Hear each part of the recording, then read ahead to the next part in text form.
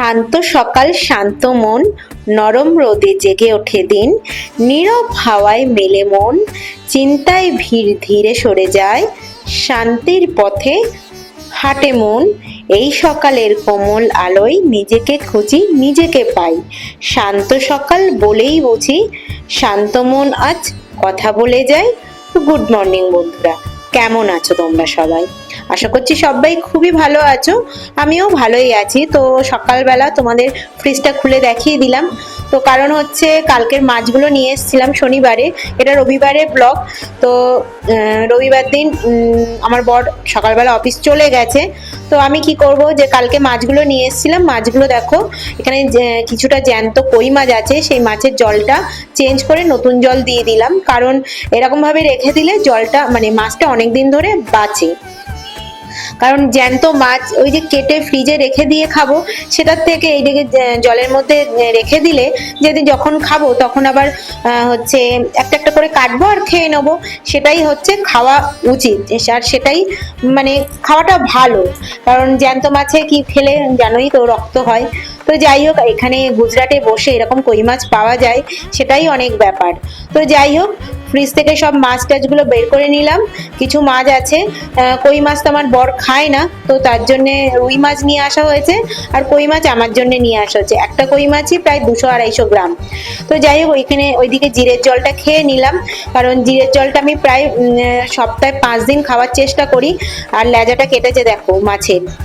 তো যাই হোক, আর ওইদিকে দুধ গরম করে নিলাম, কারণ বলো তো একটু ওটস খাবো, ওটসের স্মুদি করে। আর মাছটা একটু ফ্রিজে ছিল তো বরফ জমে আছে, এর জন্য জলের মধ্যে ভিজিয়ে রেখে দিলাম। ওগুলো ধুয়ে নেবো, কালকে বিকেলবেলা এনেছিলাম তো মাছটা আর ধোয়া হয়নি, কারণ বিকেলবেলা ওই হাতে মাছের গন্ধ হয়ে যাবে, তো তার জন্য। আর ওইদিকে 250 চিকেন নিয়ে এসেছিলাম, কারণ 250 কেন চিকেন নিয়ে এসেছি সেটা অবশ্যই তোমাদের জানাবো, দেখাবো, তোমরা দেখতেই পাবে ভিডিওটা পুরোটা দেখলে। তো মাছগুলো ভালো করে ধুয়ে নিই। আর এরা জানো তো একটু মাছ সেইভাবে মানে কাটতে পারে না, তবু তো বলেছি ভালো করে কেটে দেয়। আর ওই বিকেলবেলা এসে মাছ কাটতে ভালোও লাগে না। তো যাই হোক, চলো সকালবেলা হলে কি হয় যে মাছটা কেটে স্নান করে নেব, মাছের গন্ধটা হাতে আর থাকবে না। আর এই বিকেলবেলা মাছ কাটলে না হাতে প্রচুর গন্ধ থাকে, আর এখন শীতকাল, তো বিকেলবেলা তো আর স্নান করা যাবে না, তো ওই জন্যই মাছটা কেটে নিয়ে এসেছিলাম। একদম লেজাটা এত ছোট করে দিয়েছে কি বলবো। তো যাই হোক, আর কি করা যাবে। মাছগুলো ভালো করে ধুয়ে কৌটোর মধ্যে নিয়ে নিচ্ছি, কৌটোর মধ্যে মুখটা বন্ধ করে আবার ফ্রিজে রেখে দেবো। আজকে শুধু কি রান্না হবে, কই মাছ একটা মারা গেছিল, সেই মাছটা রান্না করব, সেই মাছটা কেটে নেব। আর হচ্ছে আর যেগুলো ছিল, আর এক্সট্রা যেগুলো ছিল মাছ, সেগুলো জলের মধ্যে জিয়ে রেখে দিয়েছি।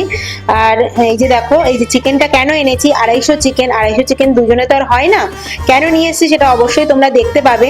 আর ওই যে মাছ রান্না করবো তার জন্য কিছুটা সবজি কেটে নিয়েছি, সেটা ধুয়ে এক সাইড করে রেখে দেবো।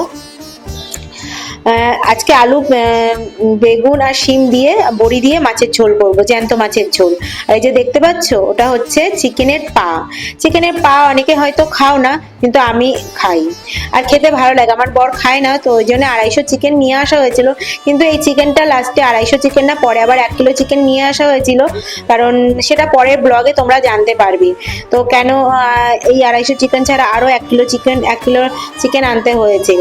তো যাই হোক, চলো, এই এখন তো শীতকাল, তো জলটা গরম করে নিয়েছিলাম, কিন্তু সেইভাবে গরম হয়নি, তো আরেকটু গরম করে নিতে হবে। তো গরম করে নিয়ে পাগুলো ভালোভাবে ছাড়িয়ে নিয়ে ধুয়ে পরিষ্কার করে ফ্রিজের মধ্যে রেখে দিয়েছি। আর এই যে দেখো, আজকে রান্না করবো একটা কই মাছ আর একটা রুই মাছ, বেশি রান্না করবো না, কারণ বিকেলবেলা কি হয় না হয় ওই জন্যে। এই যে দেখো, সবজিগুলো তো ধুয়ে নিয়েছিলাম। আর এই যে দেখো, বড়ি নিয়েছি, বড়ি দিয়ে মাছের ঝোল হবে। আর এই যে শিম বাটা করব, কারণ ফ্রিজে বেশি একটা সবজি নেই, তো ওই জন্যই অল্প করেই রান্না করব। তো চলো, মাছগুলো মানে ভেজে নিয়ে এই যে কড়াইয়ের মধ্যে তেল দিয়ে দিলাম, তেলটার মধ্যে একটু লবণ দেবো, কেন বলো তো, এই যে কই মাছ আছে জানোই তো, জ্যান্ত মাছ, আর কই মাছ তেলের মধ্যে দিলেই ফাটতে শুরু করবে, তো ওই জন্যই হচ্ছে একটু লবণ দিয়ে দিলাম। আর বাইরে কিন্তু প্রচুর আওয়াজ, কিছু করার নেই, একটু ম্যানেজ করে নিও তোমরা, কি করবো বলো, কিছু করার নেই, আমরা তো আর ঘর ছেড়ে চলে যেতে পারবো না। চলো, তোমাদের কাছে সরি চেয়ে নিচ্ছি, একটু হয়তো আওয়াজ আসছে, বাইরের আওয়াজ। তো যাই হোক, চলো, মাছটা দিয়ে কড়াইয়ের মধ্যে দিয়ে ঢেকে দিলাম। তো চলো রান্না বান্না করে নিয়েছি, রান্নার ভিডিও তোমাদের সঙ্গে শেয়ার করলাম না, নাহলে ভিডিওটা অনেকটাই বড় হয়ে যাবে। তো আজকে শিম বাটা করে নিয়েছি, সঙ্গে দুটো কাঁচা লঙ্কা নিয়েছি, আর এই যে মাছের ঝোল, আলু বেগুন শিম আর বড়ি দিয়ে মাছের ঝোল। শীতকালে এরকম বড়ি দিয়ে মাছের ঝোল খেতে খুবই ভালো লাগে। এই বড়িগুলো অবশ্য আগের বছরের বড়ি, এবছর এখনো সেইভাবে বড়ি দেওয়া হয়নি, পরে দেব। যাই হোক, চলো বড়িটা আমি দিই ঘরে। কেনা বড়ির থেকে না ঘরে বানানো বড়িটা বেশ সুন্দর লাগে। চলো খেয়ে নিই, আর খেতে খেতে একটু টিভিটা দেখি, টিভি দেখে খেতে না ভালোই লাগে, নিজে একা একা খাচ্ছি, বোরিংটা লাগে না। তো যাই হোক, চলো শিম বাটাটা আজকে ভালোই হয়েছিল, বেশ সুন্দর করে বানিয়েছিল, একটু অন্যরকম করে। তো চলো শিম বাটাটা দিয়ে ভাতটা খেয়ে নিই, মাছটা দিয়েও ভাত খাবো। কই মাছটা তো খেতে ভালোই হয়েছিল। কই মাছটা না একটু গরম জল দিয়ে, উষ্ণ গরম জল দিয়ে ভালো করে ধুয়ে নিয়েছি, কারণ জ্যান্ত মাছ গায়ে যে নাল ভাবটা থাকে, একটা আষ্টে গন্ধ থাকে না, সেটা আর থাকবে না।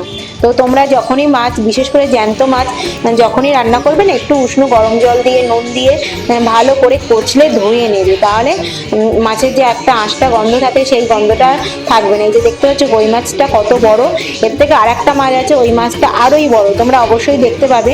তো চলো পরের ভিডিওতে আবার ফেরত আসছি, কেমন লাগলো আমাকে অবশ্যই জানিও। তো চলো, টাটা।